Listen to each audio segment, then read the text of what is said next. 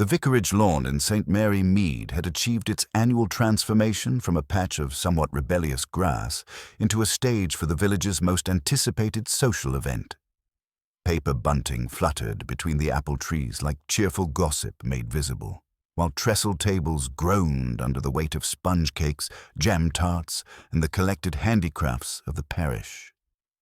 A small but determined string quartet, recruited through the vicar's wife's considerable powers of persuasion, worked their way through selections of light classical music with the sort of resigned dedication that characterizes much of English village life. Miss Jane Marple, resplendent in her best lavender dress and a straw hat adorned with modest silk violets, had positioned herself strategically near the tea stall with her knitting. From this vantage point, she could observe the familiar choreography of village social interaction, while her needles moved with their customary precision, creating delicate lacework that seemed to emerge from her fingers as naturally as conversation. Her keen blue eyes, which had a peculiar gift for seeing what others overlooked, took in the scene with the practiced attention of someone who understood that human nature revealed itself most clearly during moments of supposed leisure. The afternoon had settled into its comfortable rhythm when Mrs. Eleanor Whitmore arrived, somewhat later than her usual punctual appearance. Mrs. Whitmore was a widow of some 7 years, a woman whose quiet dignity and impeccable manners had earned her a respected place in the village hierarchy. She lived alone at Rosemary Cottage, a charming stone dwelling that sat slightly apart from the main cluster of village houses, surrounded by gardens that were the envy of the horticultural society. Today, however, there was something subtly different about her demeanor, a certain restlessness that Miss Marple noted with interest. Miss Marple, Mrs. Whitmore approached with her customary grace, though her smile seemed to require more effort than usual. "How lovely to see you. I do hope I haven't missed the raffle drawing." "Not at all, my dear," Miss Marple replied, her needles never pausing in their rhythm. "Mrs. Bantry has been saving your usual place at the front, though I did notice you seemed to have your hands full this morning. I saw the most interesting variety of visitors making their way down Rosemary Lane." A faint flush colored Mrs. Whitmore's cheeks. "Oh, yes. Well, one does accumulate obligations, doesn't one? My late husband's business affairs, you understand. There are always loose ends to be tied up, even after all this time." Miss Marple's expression remained pleasantly interested, but something in Mrs. Whitmore's tone, a certain brittle quality, like fine china under stress, caught her attention. "Of course, my dear. These matters can be so tiresome. I do hope everything is progressing satisfactorily." Before Mrs. Whitmore could respond, they were interrupted by the approach of Mr. James Radley, a sharp-faced man in his 40s whose London tailoring marked him as distinctly urban among the tweeds and floral prints of the village gathering. He was Mrs. Whitmore's nephew, Miss Marple recalled, though his visits to St. Mary Mead had become notably more frequent in recent months. "Aunt Eleanor," he said, his tone carrying an undercurrent of impatience barely concealed beneath social politeness. "I've been looking everywhere for you. We really must discuss those papers I mentioned earlier." Mrs. Whitmore's composure faltered almost imperceptibly. "James, surely this can wait until after—" "I'm afraid it cannot," he interrupted, though he managed a tight smile for Miss Marple's benefit. "These matters have a way of becoming more complicated the longer they're delayed." Miss Marple observed this exchange with the detached interest of someone watching a play, noting the tension that crackled between nephew and aunt like electricity before a storm. She also noted the appearance of Miss Lorna Dane, Mrs. Whitmore's recently acquired companion, who approached their group with a sort of purposeful stride that suggested she had been searching for her employer. Miss Dane was a woman of perhaps 35, with intelligent dark eyes and an air of quiet competence that spoke of someone accustomed to managing the practical details of other people's lives.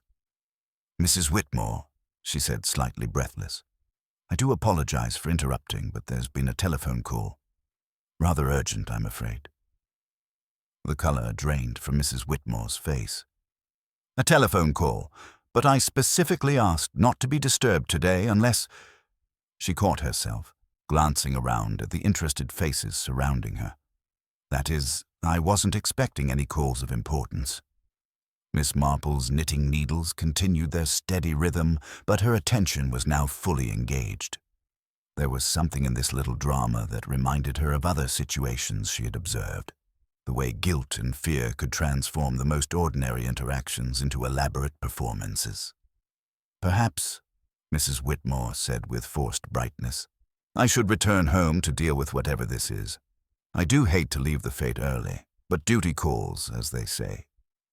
She departed with her nephew and companion in tow, leaving behind a small wake of speculation among the remaining villagers.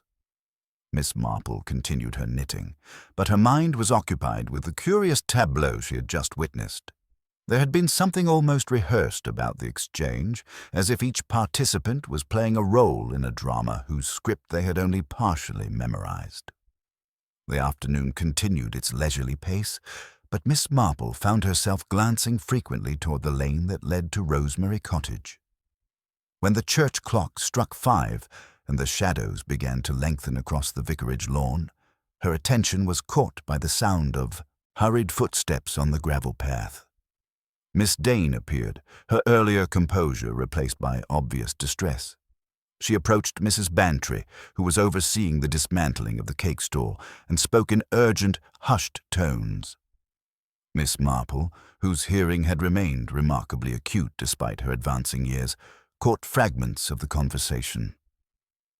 "Most peculiar thing," and "locked from the inside," and no answer at all.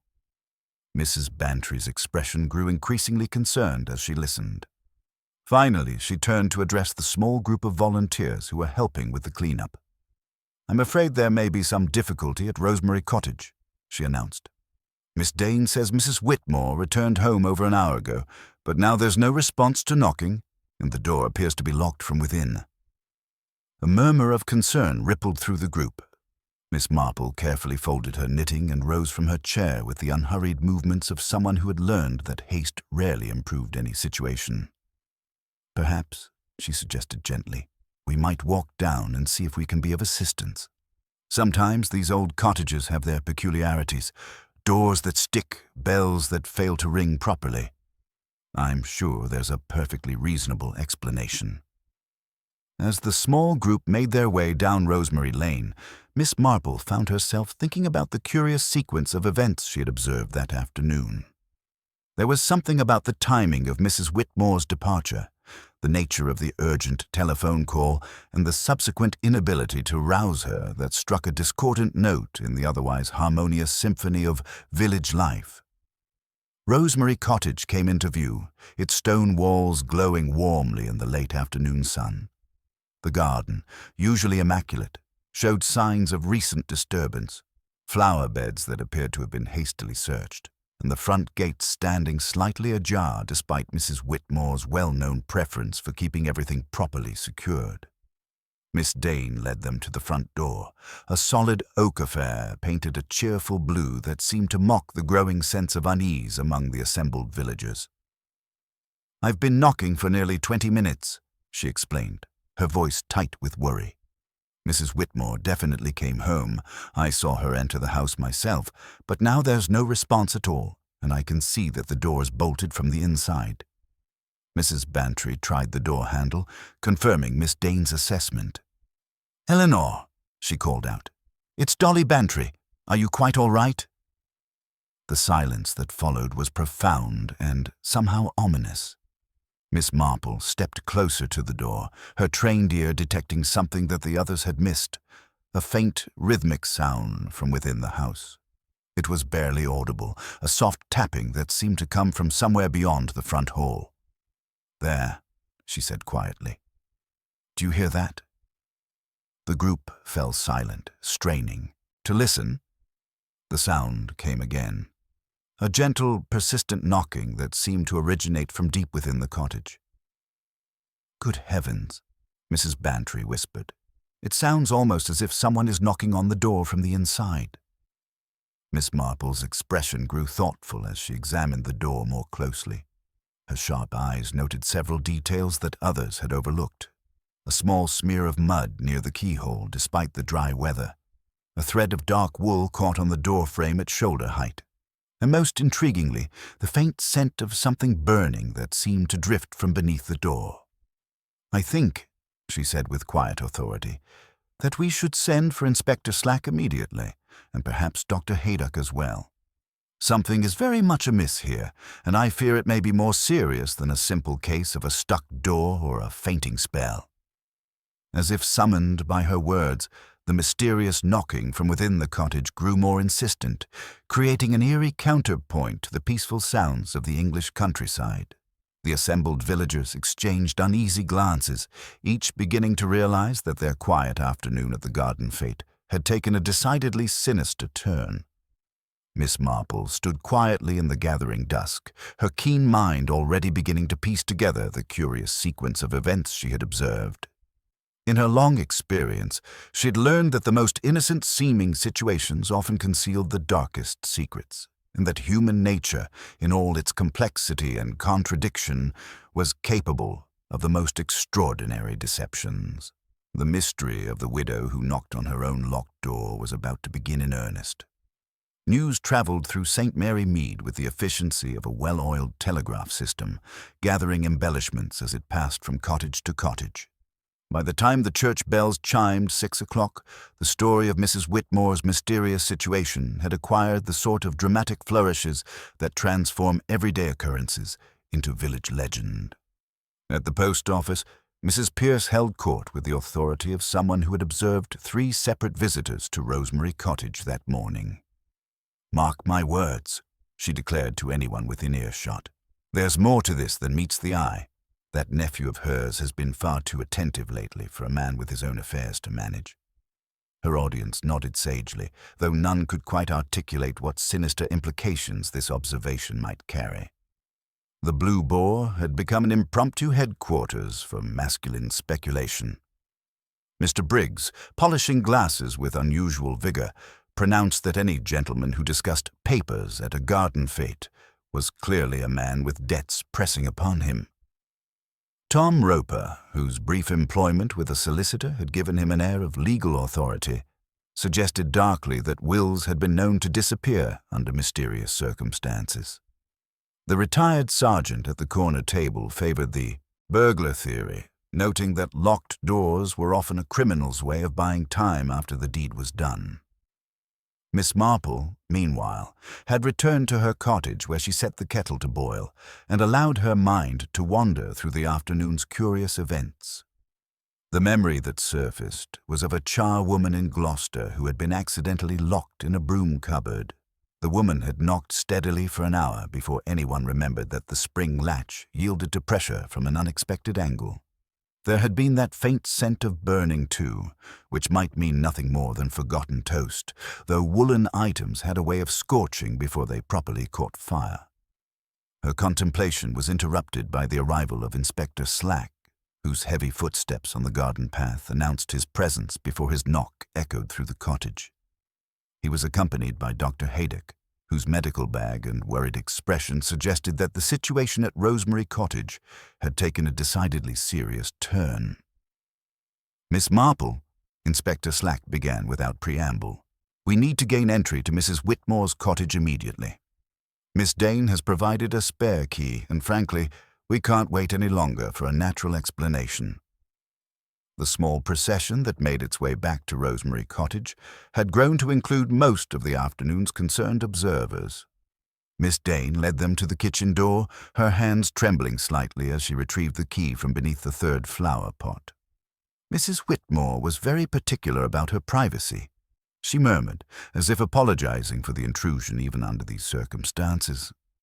The kitchen, when they entered, presented a scene of domestic normalcy that seemed almost mocking. Tea service waited on the counter, biscuits sat uncovered on a plate, and the kettle retained a warmth that suggested recent use.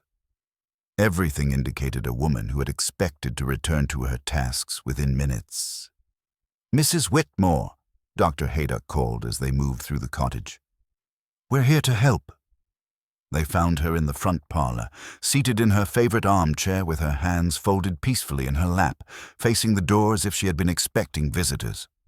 The serene expression on her face might have suggested a natural passing were it not for the obvious fact that she was quite dead. Dr. Haydock's examination was swift but thorough. "No obvious signs of violence," he murmured to Inspector Slack, though his tone carried notes of puzzlement. "Heart failure, perhaps, or a stroke, though the positioning is rather unusual. If she'd collapsed suddenly, one would expect to find her slumped or fallen." Miss Marple positioned herself near the window where she could observe both the room and the reactions of those present. Her keen eye noted several details that the others had overlooked. The faint scratches on the polished surface of the side table, barely visible unless one knew where to look. The slight disarray of papers on the desk that had been hastily reorganized, and most significantly, the way Miss Dane's gaze kept returning to a particular corner of the room with an expression that suggested familiarity rather than surprise. "Inspector," Miss Marple said quietly, "I believe you might find it worthwhile to examine that side table more closely.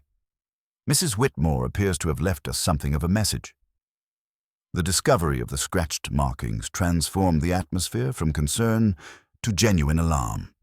Whatever had befallen Eleanor Whitmore, it was becoming increasingly clear that appearances could be deeply deceiving, and that the peaceful cottage held secrets that would challenge even the most experienced investigators' assumptions about human nature and the length to which people would go to protect their carefully constructed lives. Inspector Slack arrived at Rosemary Cottage with the brisk efficiency of a man accustomed to village emergencies that usually proved less dramatic than initially reported. Dr. Haydock accompanied him, medical bag in hand, though his expression suggested he harbored hopes that this would prove to be nothing more than a fainting spell or a case of an elderly lady who had simply fallen asleep and failed to hear the knocking.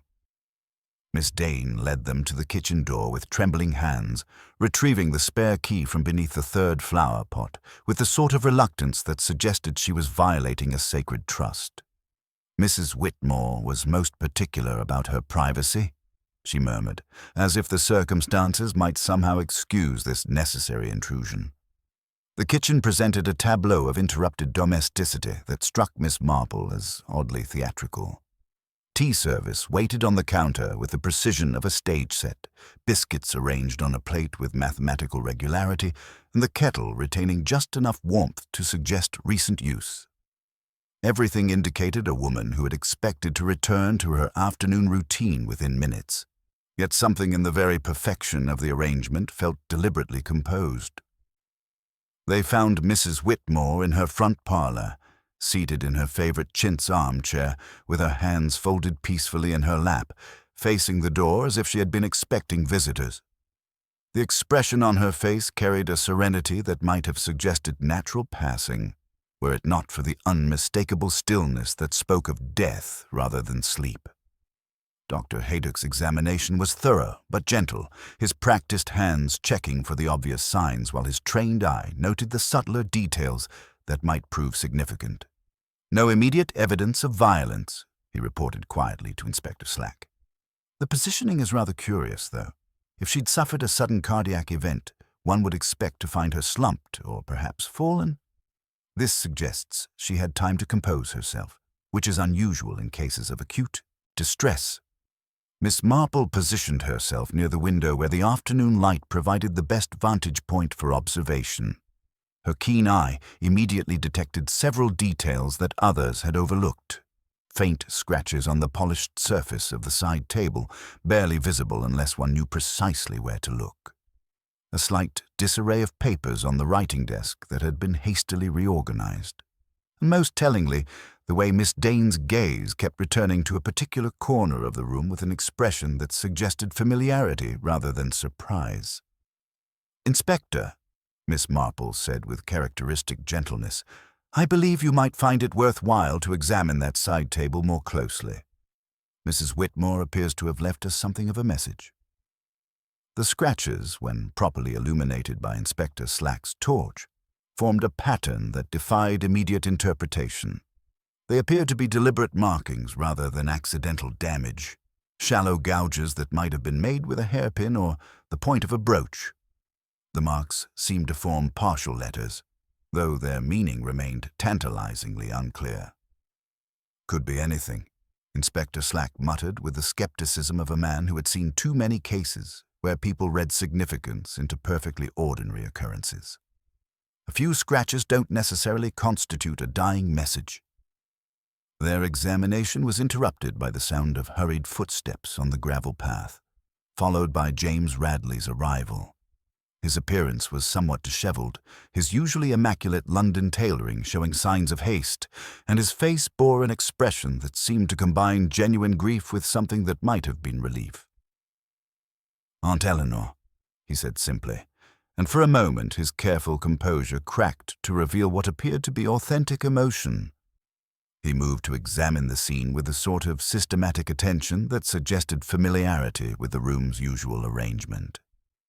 "Mr. Radley," Inspector Slack began without ceremony, "those papers you were discussing with your aunt at the fete, what exactly was their nature?"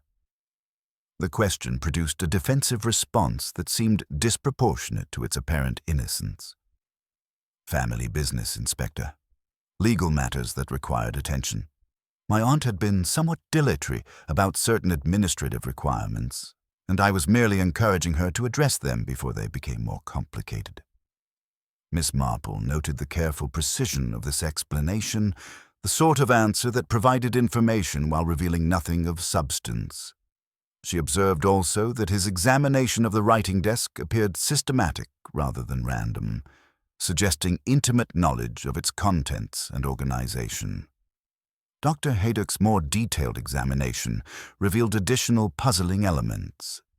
Mrs. Whitmore's fingernails, while showing evidence of the scratching they had discovered, also bore minute traces of what appeared to be powder or perhaps medication. Her clothing showed no signs of struggle, yet there were tiny fibers clinging to her sleeves that seemed to originate from a source not immediately present in the room. The mysterious knocking that had so alarmed the villagers was eventually traced to a loose shutter in an upstairs bedroom, its irregular banging against the window frame creating the eerie sounds that had suggested someone trapped within the cottage. Yet Miss Marple found herself wondering why a woman as meticulous as Mrs. Whitmore would have allowed such a mechanical failure to persist. As the official procedures continued their methodical course, Miss Marple's attention was drawn to a series of small inconsistencies that, while individually insignificant, collectively painted a picture of events far more complex than they initially appeared.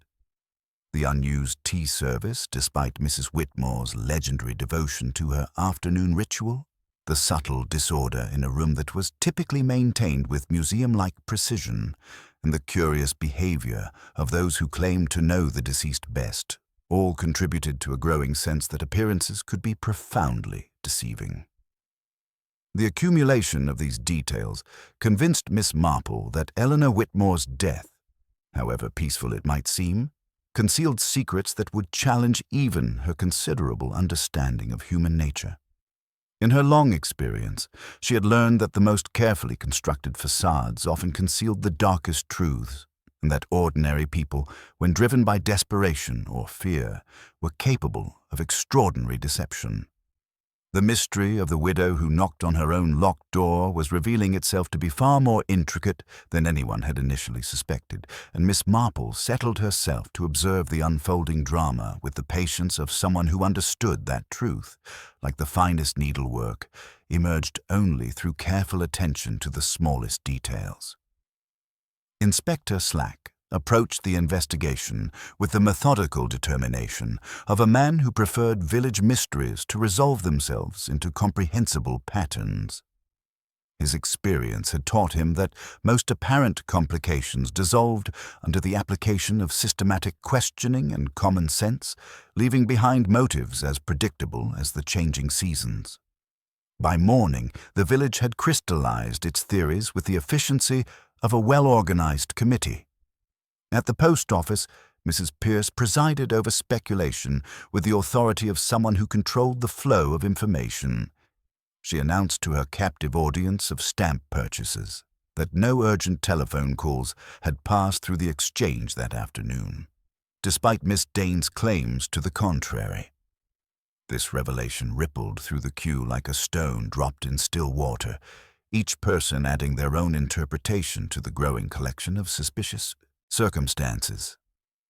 The Blue Boar had become headquarters for masculine theorizing, where Mr. Briggs favored the simple explanation of natural causes, while Tom Roper, whose brief legal employment had furnished him with impressive terminology, suggested something more sinister involving wills and inheritance.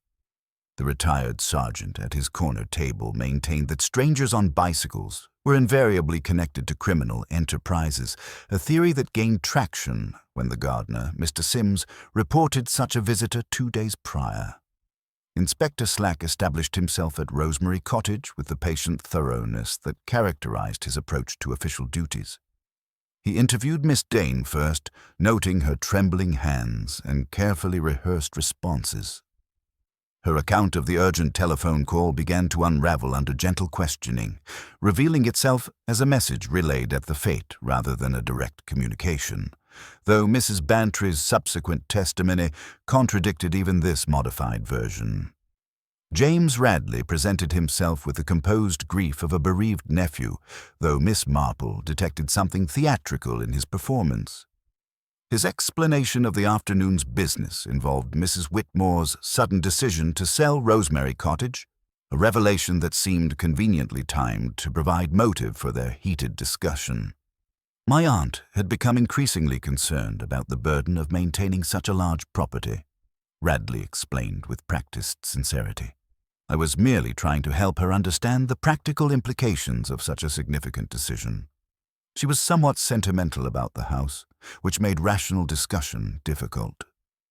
The examination of Mrs. Whitmore's writing desk revealed documents that initially supported this narrative, including what appeared to be her will with appropriate bequests to local charities and provisions for Miss Dane's continued employment.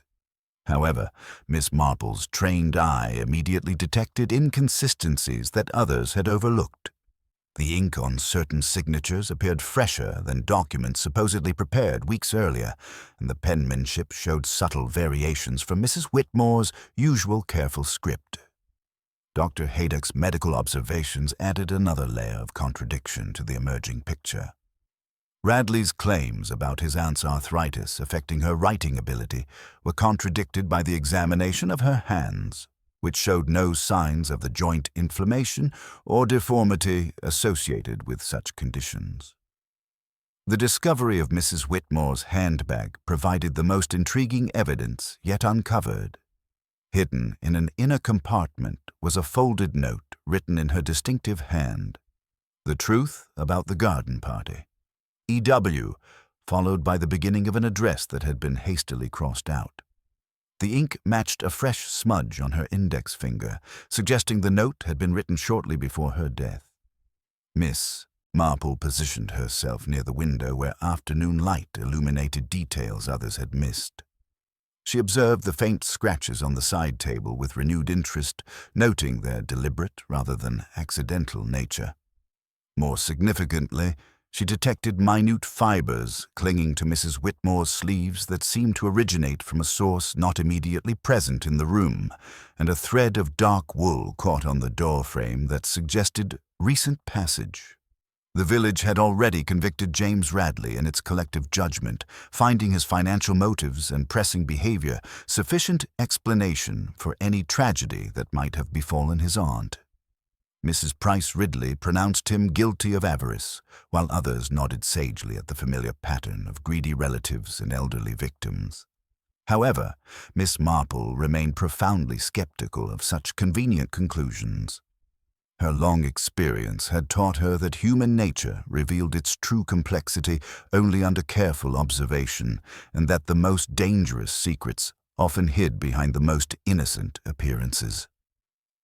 The theatrical quality of Radley's grief, the inconsistencies in Miss Dane's testimony, and the physical evidence that contradicted the obvious narrative all suggested a far more intricate web of deception than simple family greed. As Inspector Slack continued his methodical questioning, Miss Marple settled herself to observe the unfolding drama with the patience of someone who understood that truth, like the finest needlework, emerged only through careful attention to the smallest details.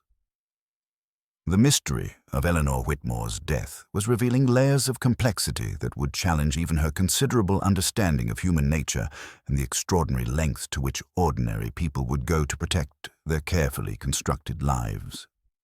The investigation was about to take a decidedly more serious turn than anyone had initially anticipated. The morning brought developments that transformed Eleanor Whitmore's peaceful demise from village tragedy into something far more sinister. Dr. Haydock's telephone call to Inspector Slack arrived with the dawn post, carrying news that shattered the comfortable assumption of natural death with the brutal precision of scientific fact. Digitalis, Dr. Haydock reported with characteristic directness. Considerably more than any therapeutic dose would warrant, and far beyond what her heart condition required. Combined with her existing cardiac weakness, even a modest excess would prove fatal within minutes. Inspector Slack received this information with the grim satisfaction of a man whose instincts had proved correct, though he approached the transformation from death investigation to murder inquiry with his customary methodical determination. The revelation rippled through St. Mary Mead with unprecedented speed, each retelling adding new layers of speculation and suspicion to an already complex situation. Miss Marple learned of these developments through Mrs. Bantry's breathless arrival at her garden gate, clutching the Morning Post and radiating the sort of excitement that accompanies genuinely dramatic news. She listened with her characteristic patience, her needles continuing their steady rhythm as she absorbed both the facts and the village's interpretation of them. The Digitalis discovery proved particularly significant because Mrs. Whitmore's garden contained an abundant supply of foxgloves, their purple spires providing both beauty and, to those with botanical knowledge, a readily available source of the fatal compound. Miss Marple had often admired these careful cultivations during her afternoon walks, noting Mrs. Whitmore's particular pride in varieties that bloomed with exceptional vigor. By noon, Inspector Slack had established himself at Rosemary Cottage with renewed purpose, while the village crystallized its theories with remarkable efficiency. James Radley's position shifted from grieving nephew to primary suspect with startling rapidity, his London background providing supposed access to medical knowledge, while his increasingly frequent visits suggested dangerous familiarity with his aunt's domestic arrangements. Miss Marple, however, found herself approaching the cottage with a basket of scones for Miss Dane, offering that form of consolation which in villages serves the dual purpose of comfort and reconnaissance. She was received in the little morning room by a pale but composed Miss Dane, whose carefully folded hands betrayed the sort of trained composure that comes from practice rather than nature. "You are very kind," Miss Dane murmured. "I hardly slept. I keep hearing that knocking." "The wind makes such curious sounds in old houses," Miss Marple observed gently, setting down her basket while her keen eyes noted details others had overlooked. "And one thinks of the oddest little things, even at trying moments. I do wonder, did Mrs. Whitmore keep a draft excluder for the front door? I always find them such a comfort in winter." Miss Dane blinked with apparent confusion. "She did. A rolled cushion sort of thing. The housemaid used to put it down in the cold months. It hasn't been out since March, though." "Ah, no," Miss Marple agreed, her gaze resting perhaps a moment too long upon the hallway. "Of course not, in this weather." When Inspector Slack appeared, square-shouldered and purposeful, he accepted Miss Marple's presence as one more inevitability of village life. His morning had been spent establishing what he termed the essential facts. No signs of forced entry, the front door properly bolted from within, the key to the inner lock resting in its customary place on the hall table. The kitchen door had been secured when they arrived, opened only with Miss Dane's spare key. Left briefly alone in the hallway while Inspector Slack conducted his formal, questioning, Miss Marple allowed her trained observation to linger on seemingly unremarkable details. The pattern of the hall runner showed a slight disturbance near the threshold, as if it had been dragged and then hastily smoothed. Near the skirting board, she detected a faint vertical smudge that suggested something had been drawn downward and then carefully erased. Most significantly, her examination of the gap beneath the front door revealed minute traces that others had missed entirely. A tiny fragment of carbonized match head lay where it would normally be swept away during routine cleaning, yet Mrs. Whitmore's well-known preference for wax spills over sulfur matches made its presence deeply puzzling. The side table that had attracted her attention during the previous day's investigation yielded additional insights under closer scrutiny. The scratches were neither random nor accidental, but showed the deliberate pattern of someone attempting urgent communication. They were not letters, as Inspector Slack had assumed, but rather the sort of rhythmic marking that suggested desperate signaling, perhaps an attempt to attract attention from someone who found herself unable to call out. Her examination was interrupted by the return of James Radley, whose grief had settled into the sort of practical solicitude that involves inquiring after coroners and certificates with all the proper phrases. He caught sight of Miss Marple and offered a polite acknowledgement, though she detected something theatrical in his composed sorrow. "A sad business indeed," she observed gently. "You were very devoted to your aunt, Mr. Radley. I always think devotion shows in the small things, knowing where she keeps her household items, or which of her daily routines she values most." His response carried the careful precision of someone providing information while revealing nothing of substance. "I have always left such domestic matters to the ladies, Miss Marple. My visits were primarily concerned with business affairs." Outside the cottage, she encountered Mr. Sims, the gardener, who provided another piece of the emerging puzzle. His observation about a small scorch mark near the compost heap, where someone had disposed of ash that smelled distinctly of burned wool rather than wood, added to her growing collection of seemingly insignificant details. At the post office, Mrs. Pierce's confirmation that no urgent telephone call had been placed to Rosemary Cottage was accompanied by the additional information that Miss Dane had inquired about telegram rates to London just 2 days prior, though she had ultimately decided to write a letter instead. As Miss Marple made her way home through the familiar lanes of St. Mary Mead, she found herself contemplating a collection of small inconsistencies that, individually meaningless, collectively suggested a scenario far more complex than simple family greed. The draft excluder that wasn't in use despite evidence of something passing beneath the door, the match head where none should be, the smell of singed wool, and the desperate scratching on polished wood all pointed towards someone who understood Mrs. Whitmore's habits well enough to exploit them, yet had perhaps underestimated her final attempts to leave evidence of the truth. The digitalis poisoning, while providing the medical cause of death, raised as many questions as it answered. The method of administration remained mysterious, and the timing suggested a level of premeditation that went beyond spontaneous family conflict. Most troubling was the growing realization that the obvious suspect might be precisely that. Too obvious, too convenient, and too perfectly positioned to deflect attention from the real perpetrator. Miss Marple settled herself in her sitting room with her afternoon tea, reflecting that human nature, like the finest needlework, revealed its true patterns only to those patient enough to examine each thread with careful attention. The mystery of Eleanor Whitmore's death was proving to involve secrets that reached far beyond simple inheritance disputes into darker territories of deception, betrayal, and carefully planned revenge. The investigation was about to take a decidedly more complex turn than anyone had initially anticipated, and Miss Marple prepared herself to observe the unfolding drama with the patience of someone who understood that truth, however carefully concealed, inevitably revealed itself to those who knew how to look. The confirmation of Digital's poisoning transformed Inspector Slack's investigation from cautious inquiry into systematic interrogation. He established himself in Rosemary Cottage's morning room with the methodical determination of a man who understood that murder required both opportunity and careful planning.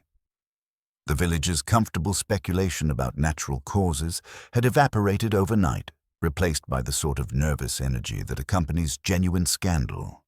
James Radley presented himself for questioning with the composed grief of a bereaved nephew, though Miss Marple detected something theatrical in his carefully maintained sorrow. His London tailoring and precise manner of speech marked him as distinctly urban among the tweeds and comfortable informality of village life, a difference that had become more pronounced since his aunt's death. "Mr. Radley," Inspector Slack began without preamble, "we now have confirmation that your aunt was deliberately poisoned. This transforms our investigation considerably." The color drained from Radley's face with what appeared to be genuine shock. Poisoned? But who would do such a thing? Aunt Eleanor was respected by everyone in the village. His surprise seemed authentic, yet Miss Marple noted the careful phrasing of his response, "Who would do such a thing?" rather than expressing inability to comprehend the act itself. Miss Dane's subsequent interview revealed more significant inconsistencies in the established timeline. Her claim to have witnessed Mrs. Whitmore's return to the cottage was contradicted by Mr. Sims the gardener, who had maintained clear sight of the front path during the relevant period. More troubling was Inspector Slack's discovery that Miss Dane possessed her own key to the front door, despite earlier claims that only the kitchen entrance was available to her. "I'd forgotten about it entirely," Miss Dane explained with obvious distress. "Mrs. Whitmore gave it to me when I first arrived in case of emergencies. I've never had occasion to use it, as I always entered through the kitchen." This revelation transformed the investigation's fundamental assumptions about the locked room mystery that had initially puzzled everyone. Miss Marple's examination of the front door revealed additional evidence that others had overlooked. Faint scratches around the keyhole, minute fibers caught on the doorframe, and most significantly, traces of what appeared to be string or cord that had been carefully removed. "Inspector," Miss Marple observed gently, "I believe you might find it instructive to examine the gap beneath this door more closely. Without the winter draft excluder in place, it would be quite possible to manipulate the internal bolt using a length of cord passed underneath." The implication was immediately clear. Someone familiar with Mrs. Whitmore's household routines could have secured the door from outside after leaving, creating the illusion of suicide or natural death behind locked barriers. The method required intimate knowledge of the cottage's layout and the seasonal arrangements that governed its security. Miss Dane's background as a trained nurse, revealed under Inspector Slack's persistent questioning, provided additional context for her knowledge of medicinal plants and their effects. Her previous employment at St. Bryony's Hospital had included rotation through the cardiac ward, where digitalis preparations were commonly administered under careful medical supervision. Mrs. Whitmore was quite knowledgeable about botanical matters, Miss Dane admitted reluctantly. Her late husband had maintained extensive references on natural remedies, and she often consulted them for minor ailments. She was particularly proud of her foxglove cultivation. The village's investigation of its own members revealed additional layers of complexity beneath St. Mary Mead's peaceful surface. Mrs. Whitmore's late husband had been involved in various business dealings that had left some residents feeling distinctly wronged.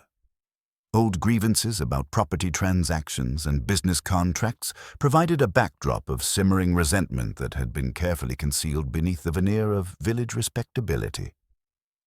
The mysterious telephone call that had prompted Mrs. Whitmore's departure from the fete came under renewed scrutiny when Mrs. Bantry admitted that she had never actually heard the telephone ring. Miss Dane had simply announced the urgent call, providing convenient justification for their hasty departure. The exchange confirmed that no such call had been logged during the relevant period. "Why invent a telephone call, Miss Dane?" Inspector Slack pressed with characteristic directness. Her response carried the careful precision of someone navigating dangerous conversational territory. "I feared Mrs. Whitmore might create a scene at the fete if certain matters were discussed publicly. The call provided a discreet means of removing her from a potentially embarrassing situation." Miss Marple's continued examination of the cottage revealed additional evidence of careful planning.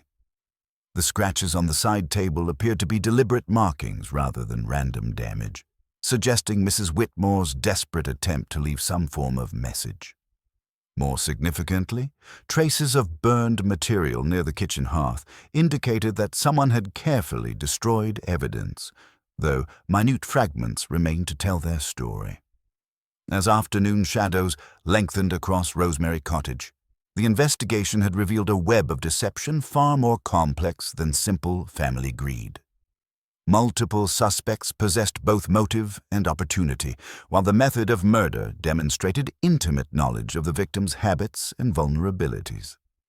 The mystery of Eleanor Whitmore's death was proving to involve secrets that several people had compelling reasons to protect, and Miss Marple sensed that the most significant revelations remained hidden beneath the surface of village respectability. The case was approaching a critical juncture where careful observation would separate genuine guilt from carefully constructed innocence.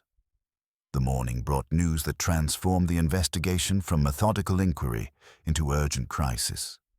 James Radley had collapsed at the Blue Boar during what should have been a routine coffee break, his symptoms bearing the unmistakable hallmarks of digitalis poisoning.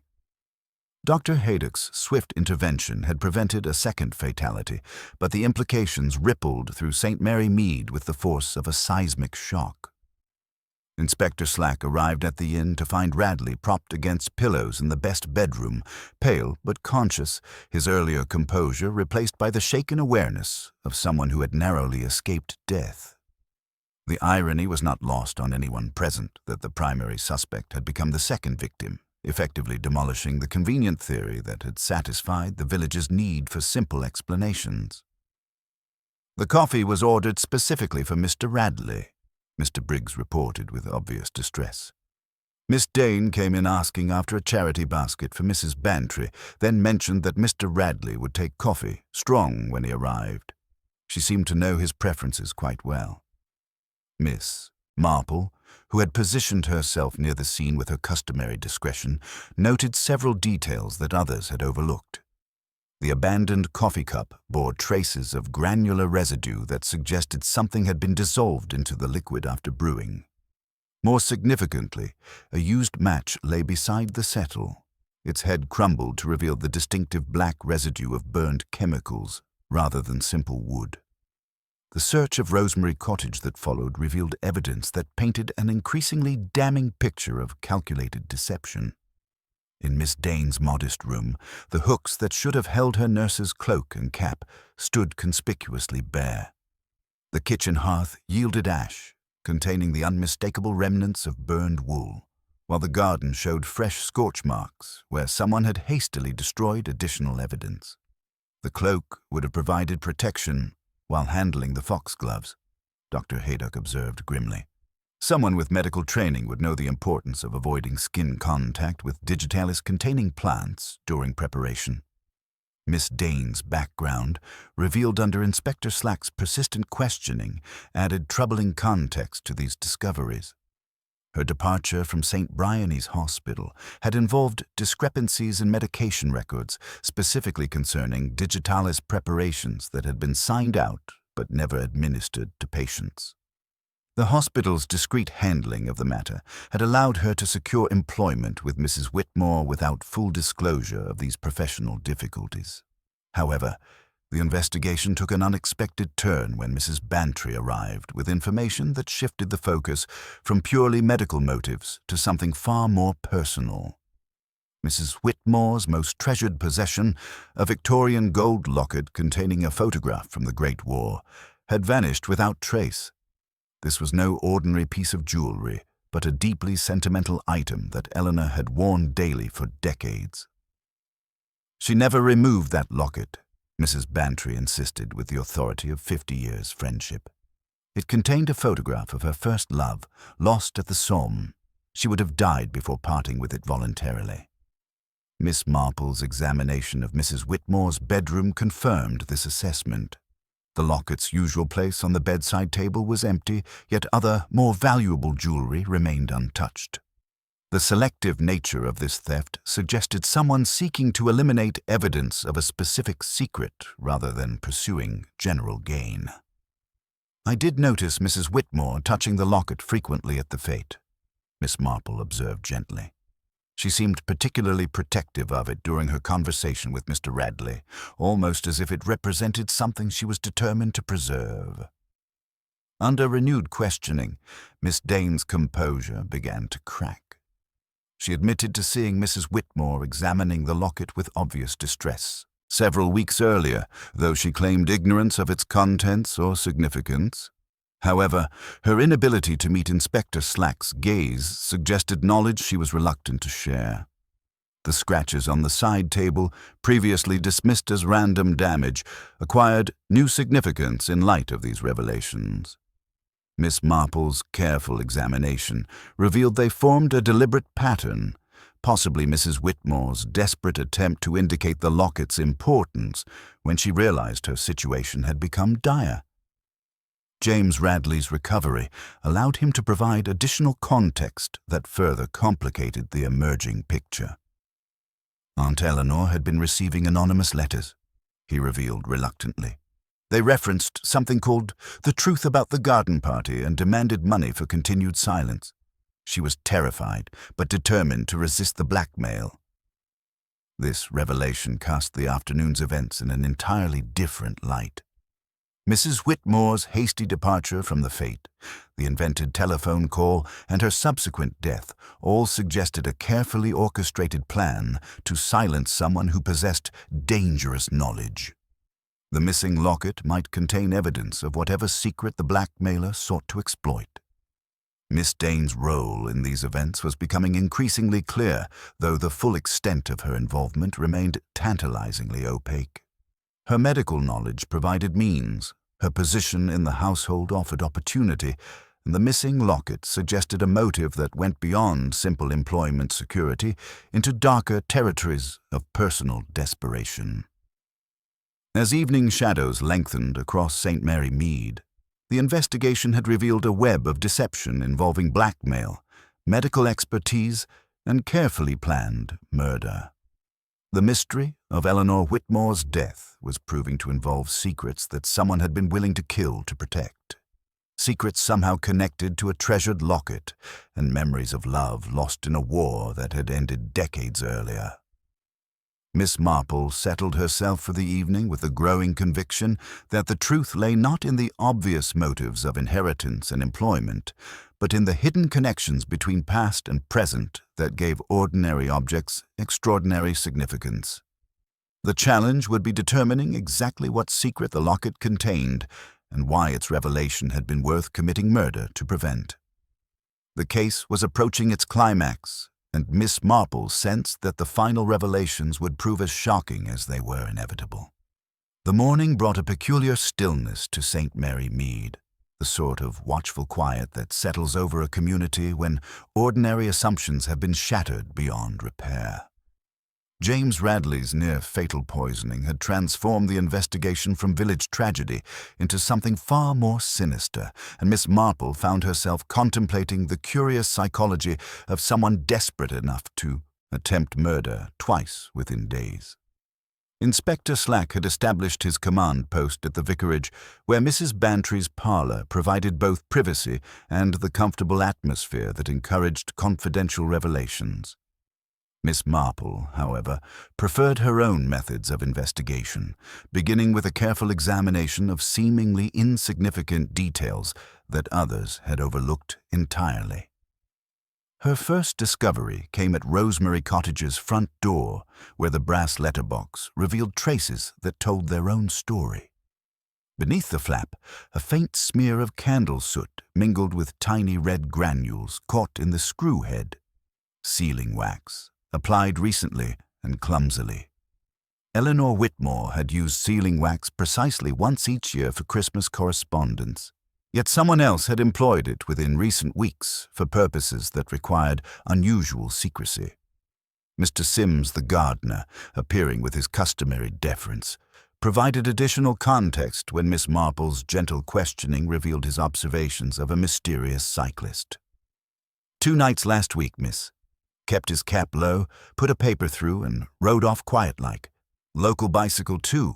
Old Brooks saddle with a loose rivet that squeaked something dreadful. The detail of the squeaking saddle lodged in Miss Marple's mind with the precision of a well-placed pin, insignificant until one required exactly that particular piece of evidence. Her examination of the cottage's interior yielded further revelations when she noticed that the stair-runner had been lifted and replaced recently, the tacks sitting improperly in their original positions. "Inspector," she observed to Slack when he emerged from his questioning, "forgive an elderly woman's fussiness, but that stair-board appears somewhat swollen." Slack's investigation with his pocket knife revealed a shallow hiding place containing 2 torn ribbon ends and a fragment of faded blue paper bearing the ghostly inscription, "Den Pa." Miss Marple read the partial words with quiet satisfaction. "Garden party. How very interesting indeed." Dr. Haydock's medical analysis provided the most disturbing revelation yet uncovered. The digitalis poisoning had not been administered as a single fatal dose, but rather as a systematic campaign of gradual weakening extending over several weeks. Mrs. Whitmore's increasing frailty, attributed to natural aging and anxiety about the blackmail letters, had actually resulted from deliberate and methodical poisoning. Someone with sophisticated pharmaceutical knowledge was slowly destroying her heart while maintaining the appearance of natural decline, Dr. Haydock reported grimly. The final dose was merely the culmination of a process that had been underway for considerable time. Armed with this knowledge, Miss Marple paid a strategic visit to Miss Dane at Rosemary Cottage, ostensibly delivering a freshly baked apple tart, while conducting her own form of psychological investigation.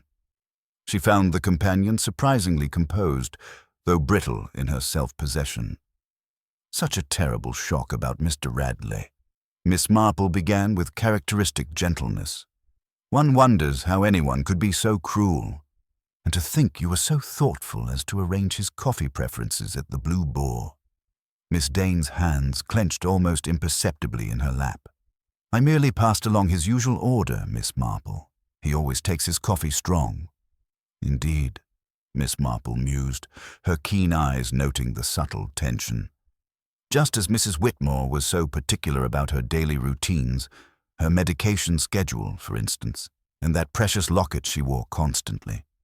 It's quite distressing that it has vanished without trace.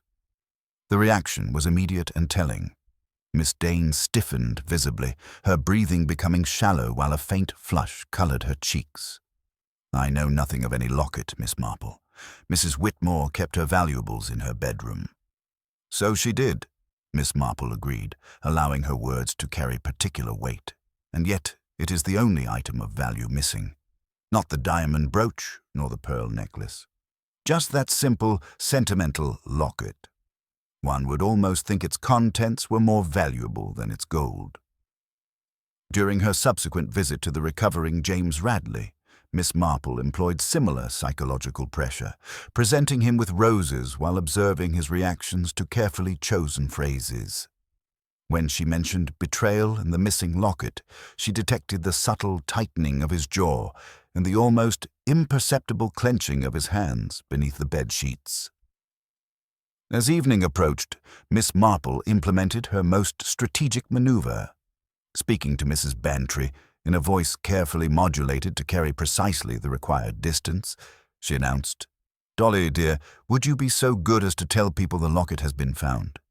Say only that its contents are quite intact." Mrs. Bantry's eyes sparkled with understanding. "But has it actually been found?" "Not yet," Miss Marple replied with serene confidence. "But it will be most instructive to observe who cannot wait to learn what it contains." The psychological trap had been set with the precision of a master craftsman, and Miss Marple settled herself to await the inevitable reaction from someone whose carefully constructed facade was about to crumble under the weight of their own guilty knowledge. The psychological trap Miss Marple had set with such delicate precision began to yield results with the inexorable certainty of a well-wound clock. Word of the recovered locket spread through St. Mary Mead with the particular efficiency that village gossip achieves when it concerns matters of life, death, and hidden scandal. By tea time, the carefully maintained facades that had protected various secrets were beginning to show the hairline cracks that precede complete collapse.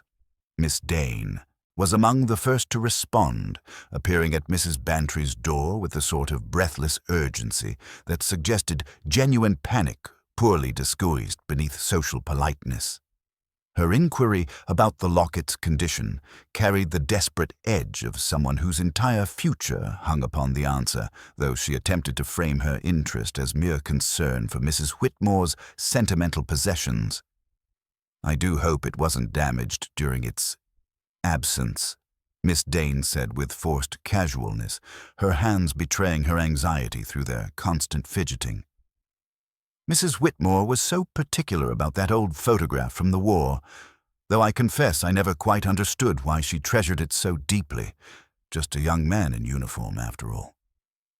Mrs. Bantry, thoroughly briefed in Miss Marple's methods, provided precisely the right amount of information to increase the psychological pressure. "The photograph is perfectly preserved, my dear. Such a handsome young soldier, and the inscription on the back remains quite legible despite the years." The effect was immediate and telling. Miss Dane's carefully maintained composure wavered visibly, color draining from her face as she absorbed the implications of Mrs. Bantry's words. She excused herself with obvious haste, claiming urgent domestic duties at Rosemary Cottage, though her trembling hands and unsteady gait suggested a woman approaching the limits of her self-control. James Radley's reaction proved equally illuminating, though more subtly managed. His inquiry came through the vicar, ostensibly expressing relief that his aunt's most treasured possession had been recovered. However, his specific questions about any accompanying documentation betrayed knowledge that extended far beyond casual family interest, suggesting intimate awareness of secrets the locket might contain. Miss Marple observed these developments from her strategic position near the post office, where the afternoon's comings and goings provided an excellent vantage point for studying human behavior under stress. Her keen eye noted not only who inquired about the locket, but how they framed their questions and what assumptions their words revealed about their guilty knowledge. The evening brought additional confirmation of her psychological assessment when Mr. Sims approached with information about the mysterious cyclist whose squeaking bicycle had been observed during the nights of anonymous letter delivery. The abandoned bicycle, discovered that morning in a ditch near Rosemary Lane with its distinctive Brooks saddle and telltale loose rivet, provided physical evidence that connected the blackmail campaign directly to someone with intimate knowledge of village routines and Mrs. Whitmore's vulnerabilities. "Found it pushed into the brambles, miss," Mr. Sims reported with the satisfaction of someone whose observations had proved significant. "Wheels bent something dreadful, like someone was in a powerful hurry to be rid of it. And there's this too." He produced a small envelope, water-stained but still sealed, that had been caught in the bicycle's chain guard. The envelope, when carefully opened, contained a fragment of sealing wax and a torn corner of paper bearing the partial inscription "De had den party. Final demand." The evidence confirmed what Miss Marple had already deduced. The blackmail campaign and Mrs. Whitmore's murder were intimately connected, though the relationship between blackmailer and killer remained tantalizingly unclear. As darkness settled over St. Mary Mead, Miss Marple positioned herself at Rosemary Cottage with the patient determination of an experienced angler who understands that the most significant catches require both proper bait and considerable patience. She had arranged certain strategic elements, a carefully placed light in the front window, subtle evidence of recent disturbance near the hiding place beneath the stairboard, and most importantly, the suggestion that the locket's contents were being examined by experts who might soon reveal their significance to the proper authorities. The response came with the inevitability she had anticipated. Miss Dane appeared at the cottage's kitchen door, using her spare key with a sort of desperate efficiency that spoke of someone who had exhausted all other options. Her movements through the familiar rooms showed the systematic purpose of someone searching for something specific, her medical training evident in the methodical way she checked potential hiding places for evidence that might incriminate her. The confrontation came when Miss Dane discovered the carefully staged scene Miss Marple had prepared. Not the actual locket, which remained missing, but evidence suggesting its recent examination and the imminent revelation of its contents. Miss Dane's reaction was immediate and damning. Her intimate knowledge of what the locket truly contained became apparent through her desperate attempts to locate and destroy any trace of its secrets. "You know what was really in that locket, don't you, Miss Dane?" Miss Marple observed with gentle authority as Inspector Slack emerged from his concealment, "and you understand precisely why its contents could never be allowed to become public knowledge." The psychological pressure finally proved too much for Miss Dane's carefully maintained facade. Her confession began as a desperate justification, revealing the systematic poisoning campaign she had conducted over weeks using her medical knowledge to disguise murder as natural decline. The digitalis had been administered in carefully calculated doses, each one weakening Mrs. Whitmore's heart while maintaining the appearance of age-related deterioration. "She was destroying me slowly," Miss Dane declared with bitter intensity, "using my past mistakes to control every aspect of my life, threatening exposure whenever I showed the slightest independence. The blackmail letters were just the beginning. She had evidence that would have ruined me completely." However, even as Miss Dane's guilt became apparent, Miss Marple sensed that the full truth remained partially concealed. The missing locket represented secrets that extended beyond simple employment blackmail into darker territories of family history and long-buried shame. The mystery of Eleanor Whitmore's death was revealing itself to involve multiple layers of deception, each more complex than the last, and Miss Marple prepared herself for revelations that would challenge even her considerable understanding of human nature's capacity for both cruelty and desperation. The final confrontation was approaching, and with it, the complete unraveling of secrets that had festered in the peaceful village for far longer than anyone had imagined possible. The formal revelation took place in the vicarage parlor, where Inspector Slack had assembled all the principal figures in what had become St. Mary Mead's most shocking case in recent memory. The room carried the weight of impending truth, with Dr. Haydock positioned by the window, Mrs. Bantry rustling with barely contained anticipation, James Radley pale but recovered from his ordeal, and Miss Dane sitting rigidly upright, her hands clasped so tightly that her knuckles had turned white. Miss Marple occupied her customary chair near the tea-table, her knitting set aside for once as she produced a small velvet case from her reticule. She did not open it immediately, but placed it carefully on the polished surface before addressing the assembled group with characteristic gentleness. "The mystery of the widow who knocked on her own locked door," she began, "has revealed itself to be far more complex than any of us initially imagined. The knocking, you see, was not Mrs. Whitmore at all, but rather the sound of truth itself, demanding to be heard despite the elaborate deceptions that sought to silence it." Inspector Slack opened the velvet case with ceremonial precision, revealing the missing locket that had been at the heart of so much tragedy. The oval lay there, its gold surface worn smooth by decades of devoted handling, catching the afternoon light that streamed through the vicarage windows. "Inside," Miss Marple continued, "we find not merely a sentimental photograph, but the key to understanding everything that followed."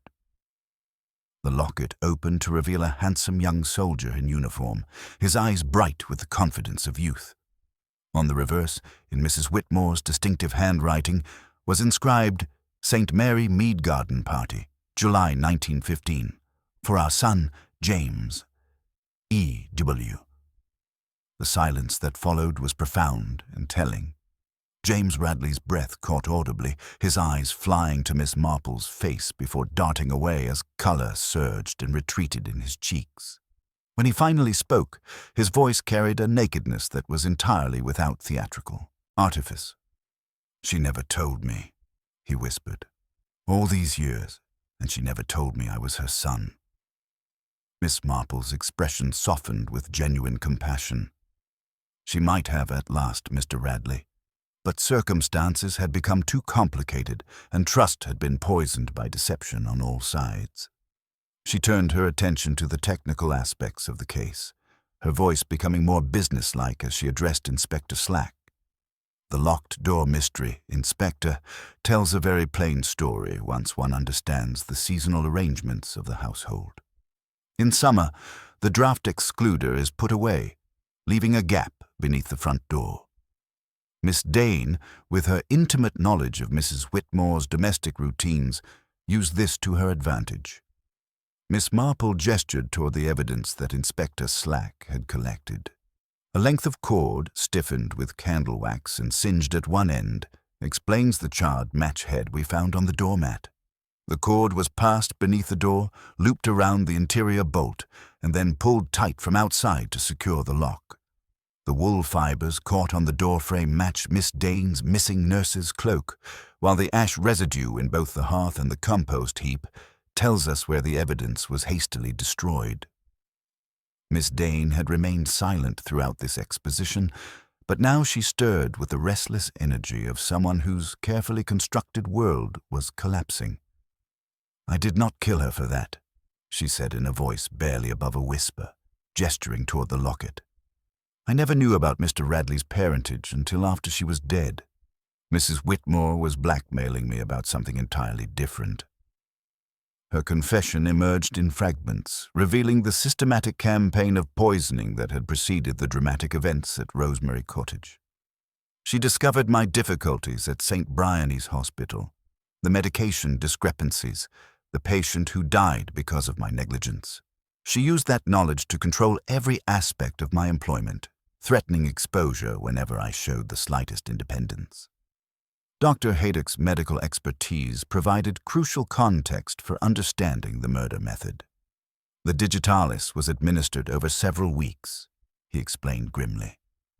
"Small doses mixed into Mrs. Whitmore's daily medications, gradually weakening her heart while maintaining the appearance of natural decline. Someone with nursing training would know exactly how to calibrate the doses to avoid immediate detection."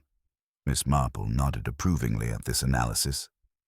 The foxgloves in Mrs. Whitmore's garden provided a readily available source of the poison, while Miss Dane's medical knowledge ensured its effective application. The anonymous blackmail letters served a dual purpose. They increased Mrs. Whitmore's anxiety while providing apparent motive for the eventual murder.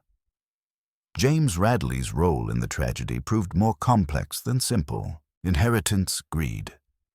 His confession revealed a desperate man who had discovered his true parentage through careful observation of family documents and photographs, but who lacked the courage to confront his mother directly about their relationship.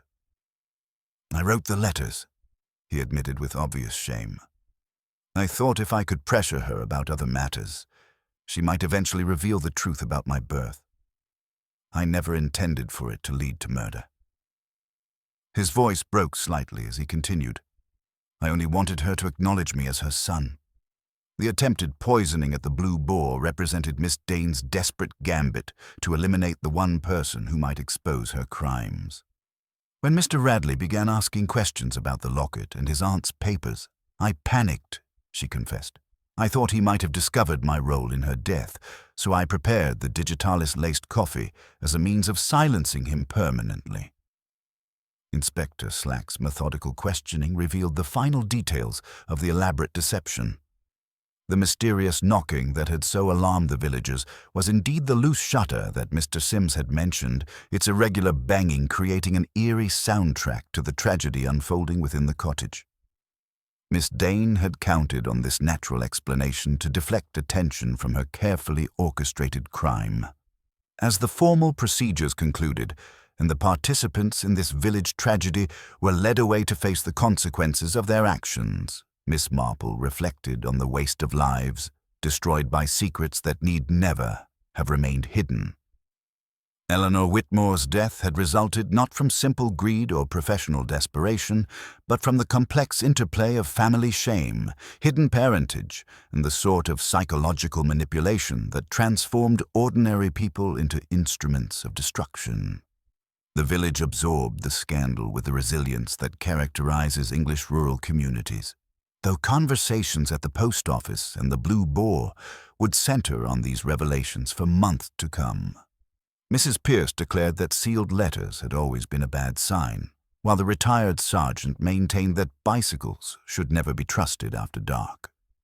Mr. Briggs took to serving coffee in a new, gleaming pot, as if polish could somehow ward off the possibility of future sins.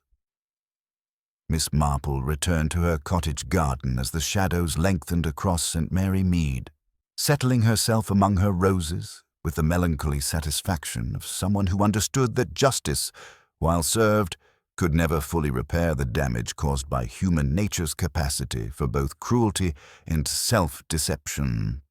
The mystery of the widow who knocked on her own locked door had revealed itself to be a tragedy of family relationships poisoned by pride, secrecy, and the devastating consequences of decisions made in desperation and fear.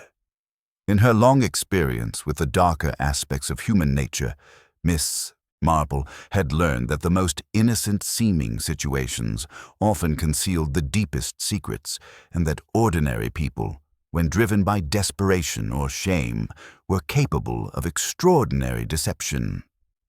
The case had reminded her once again that truth, like the finest needlework, revealed its patterns only to those patient enough to examine each thread with careful attention, and that even in the peaceful villages of England, the human heart remained capable of harboring the most dangerous secrets.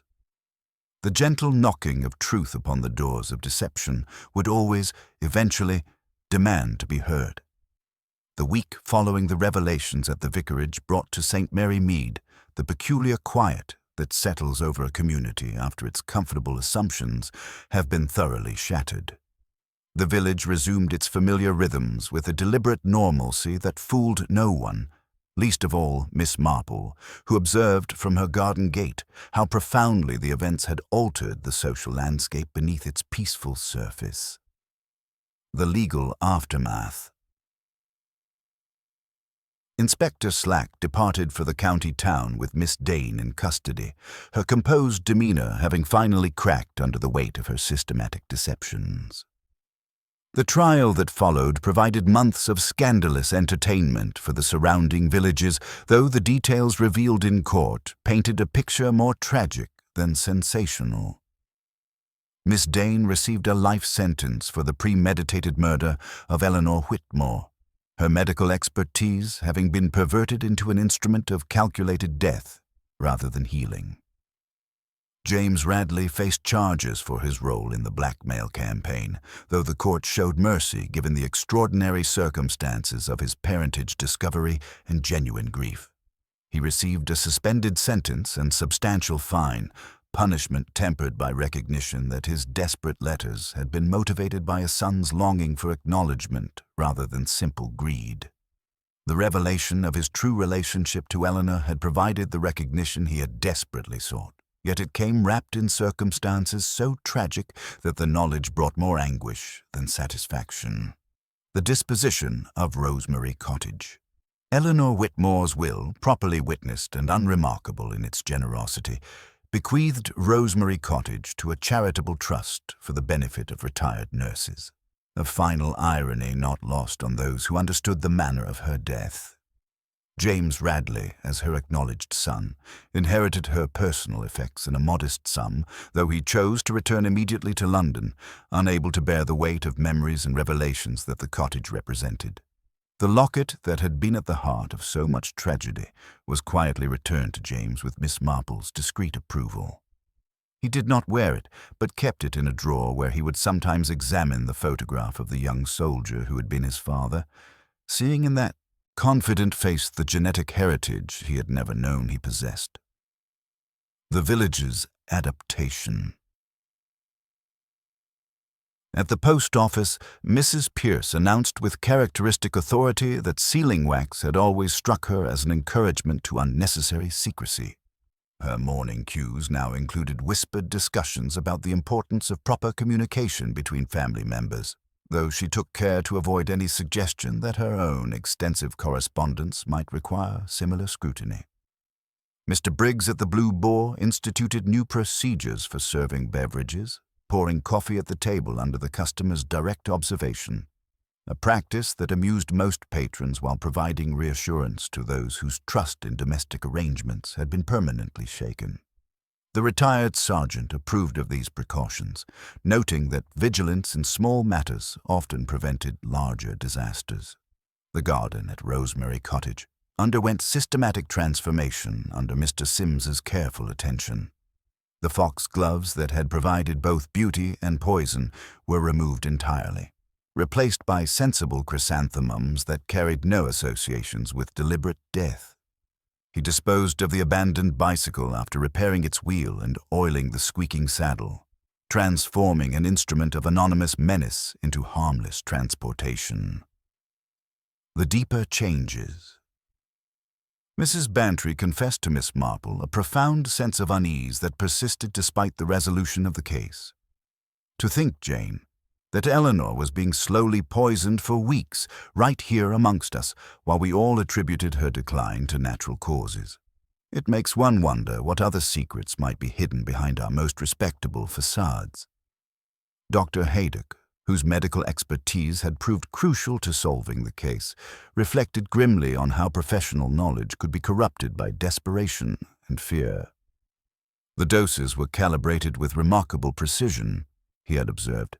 Someone with extensive pharmaceutical training was systematically destroying Mrs. Whitmore's heart, while maintaining the appearance of natural decline.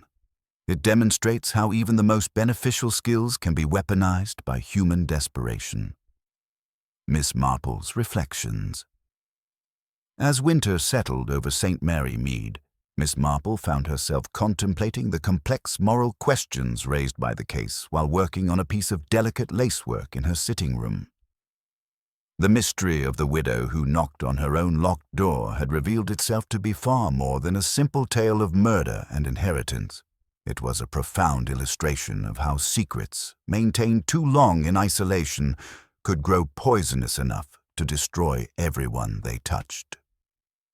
Eleanor Whitmore's blackmail of Miss Dane, while legally questionable, had been motivated by instinctive self-protection and the desire to maintain control over her carefully ordered household. The tragedy lay not in simple guilt or innocence, but in the way fear and shame had transformed both women into victims of circumstances that had spiraled beyond anyone's control. The case had demonstrated once again that human nature, like the finest needlework, revealed its true patterns only to those patient enough to examine each thread with careful attention.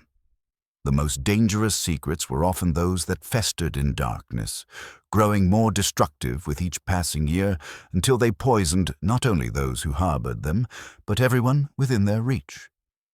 The lasting legacy. New residents eventually moved into Rosemary Cottage, a young family whose children's laughter gradually replaced the atmosphere of tragedy that had settled over the property. The village absorbed this renewal with characteristic resilience, though conversations at the post office and the Blue Boar continued to reference the case whenever discussions turned to the hidden complexities that might lurk beneath even the most peaceful appearances. Miss Marple's final reflection on the case came during a quiet evening as she observed a thrush tapping persistently at a snail shell on her garden path, steady, patient, inevitable in its purpose. The sound reminded her of the gentle but insistent knocking of truth upon the doors of deception, a sound that would always, eventually, demand acknowledgement regardless of the elaborate barriers constructed to keep it at bay.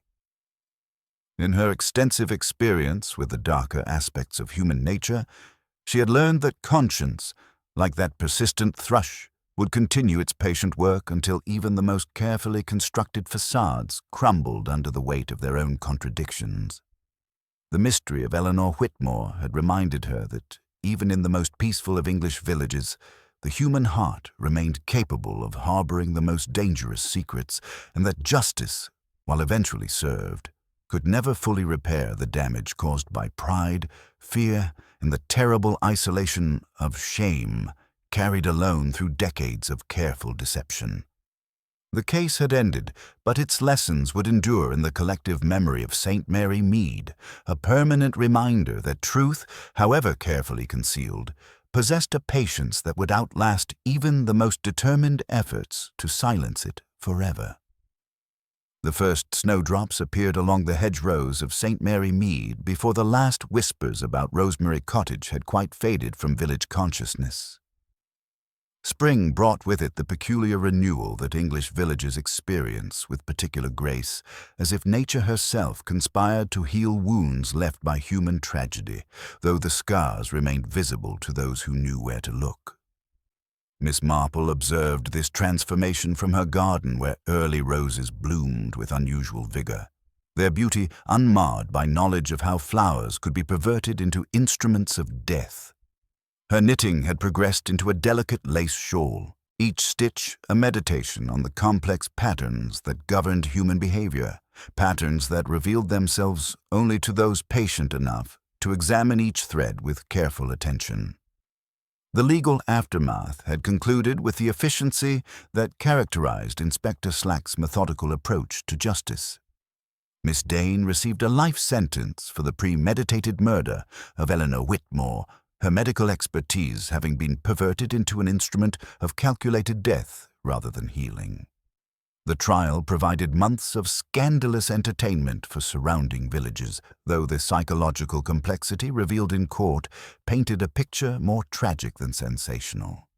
Two women, locked in a dance of mutual destruction, each holding devastating secrets about the other. James Radley faced charges for his role in the blackmail campaign, though the court showed mercy given the extraordinary circumstances of his parentage discovery and genuine grief. He received a suspended sentence and substantial fine, punishment tempered by recognition that his desperate letters had been motivated by a son's longing for acknowledgement rather than simple greed.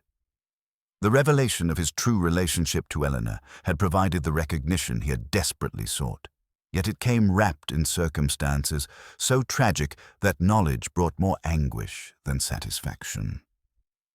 A letter arrived in April, forwarded through Inspector Slack's office, that provided the final missing pieces of Eleanor Whitmore's puzzle. Written by Miss Dane from prison, it carried the weight of confession that extended beyond legal proceedings. I discovered the truth about Mr. Radley's parentage quite by accident. Mrs. Whitmore kept a locked box containing birth certificates, correspondence, and photographs that told the complete story. James was born in 1916 when she was barely 19 and unmarried. The shame of it drove her to give him to her married sister to raise as her own son.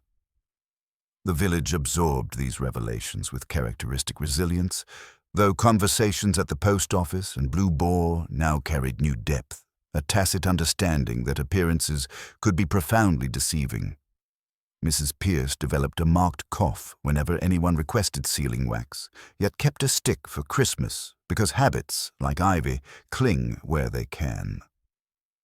Mr. Briggs at the Blue Boar instituted new procedures for serving beverages, pouring coffee at the table under direct customer observation, a practice that amused most patrons while providing reassurance to those whose trust in domestic arrangements had been permanently altered. Mr. Sims chose lavender to replace the foxgloves in Eleanor's garden, plants that lifted their scent on sunny afternoons, making those who breathed it feel calmer without knowing why. He mended the squeaking bicycle that had carried anonymous letters through village lanes and gave it to the choir boy with the longest walk home after evensong, the boy promising solemnly never to ride after dark. These small transformations multiplied throughout St. Mary Mead. The vicar preached on mercy and confession with unexpected humility.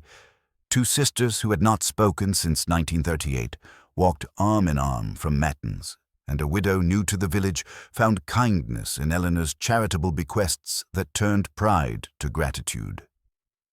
James Radley wrote once from France, where he had stood at Thiepval, pressing the recovered locket to the memorial stone. His hand was firm, the sentences halting as he described understanding why Eleanor could never acknowledge him directly. Social conventions of her youth had made his existence a source of shame rather than joy. Yet she had kept photographs, certificates, careful records of his childhood sent by his adoptive mother, loving him in the only way her generation permitted. His decision to establish a charitable foundation supporting unmarried mothers provided constructive outlet for grief, transforming tragedy into hope that other families might avoid the poisonous effects of secrets maintained too long. As autumn settled over the village, Miss Marple completed her intricate lacework while contemplating the case's lasting significance. The pattern she created, delicate yet strong, complex yet ultimately harmonious, seemed to mirror her understanding of human nature itself, with its capacity for both destruction and redemption. Dr. Haydock's observation echoed in her memory. Both women were victims of their era's rigid moral expectations. Eleanor's shame about her illegitimate son and Miss Dane's terror of professional disgrace created a psychological prison that ultimately destroyed them both. The mystery of the widow who knocked on her own locked door had revealed profound truths about secrets maintained in isolation, how shame could poison relationships across generations, and the terrible irony that those best equipped to heal were sometimes driven by circumstances to become instruments of destruction. The knocking they had heard was not merely loose shutters or desperate signaling, but the sound of truth itself demanding acknowledgement despite elaborate barriers, constructed to keep it at bay. One afternoon, a faint tapping disturbed Miss Marple's contemplation. She smiled before looking. The bare quince branch knocked at her bedroom window when the wind was east. She tied back the twig with soft twine and stood regarding the sky, where high clouds traveled about their quiet business and swallows began their small calligraphy across the heavens. Returning to her chair and knitting, Miss Marple reflected that human nature was like the pattern in her wool. Unpicking a mistake leaves a thinning one can always find if one knows where to look. The point was not to pretend flaws were never there, but to knit on, wiser by the length of a row. Her needles moved with customary precision as she observed a thrush working patiently at a snail shell in her garden, its steady tapping reminiscent of that persistent knocking that had first alerted the village to tragedy. The sound served as permanent reminder that truth, however carefully concealed, possessed patience that would outlast even the most determined efforts to silence it forever. Somewhere, because the world persists in its ways, a boy would ride a bicycle home on lanes scented with lavender, a clerk would put aside sealing wax and write truth plainly, and a woman, hearing unwelcome knocking within herself, would open, at last, the door that had remained locked too long in darkness. New families had moved into Rosemary Cottage, their children's laughter gradually replacing the atmosphere of tragedy. The village had learned that even in the most peaceful of English villages, the human heart retained capacity for both extraordinary kindness and devastating cruelty, but also for the sort of patient redemption that transforms sorrow into wisdom, secrets into understanding, and the gentle, persistent knocking of conscience into the opening of doors that had been barred too long against the light. The mystery had ended, but its lessons would endure, woven into the fabric of village life like threads in Miss Marple's lacework.